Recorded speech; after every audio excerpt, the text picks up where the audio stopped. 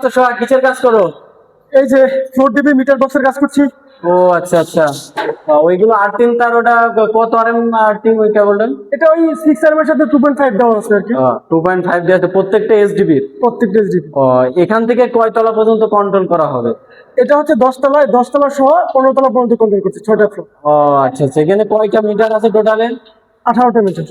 কি কি ব্র্যান্ডের মিটার ইউজ এটা করা হচ্ছে হোসেপ হোসেপ মিটার ইন্ডাস্ট্রিয়াল লিমিটেড আর কি, ও আচ্ছা বাংলাদেশের একটা ব্র্যান্ড। আচ্ছা, তো এটা মোটামুটি ভালোই তাই না? হ্যাঁ মোটামুটি ভালো। আচ্ছা, যে ব্রেকার গুলো ইউজ করা হয়েছে এগুলো তো ভালো ব্র্যান্ডের নাকি? হ্যাঁ এই যে মালয়েশিয়ান ব্র্যান্ডের। এগুলো বিদেশি? হ্যাঁ মালয়েশিয়ান। ও আচ্ছা আচ্ছা, বুঝলাম। তো তুমি আর এই যে তোমার সহকারে মিলে এই যে এটাই মিটার ডিবিটা কমপ্লিট করলে, হ্যাঁ। আর কতটুকু লাগবে যে এটা শেষ করতে? আজকে এখন কটা বাজে?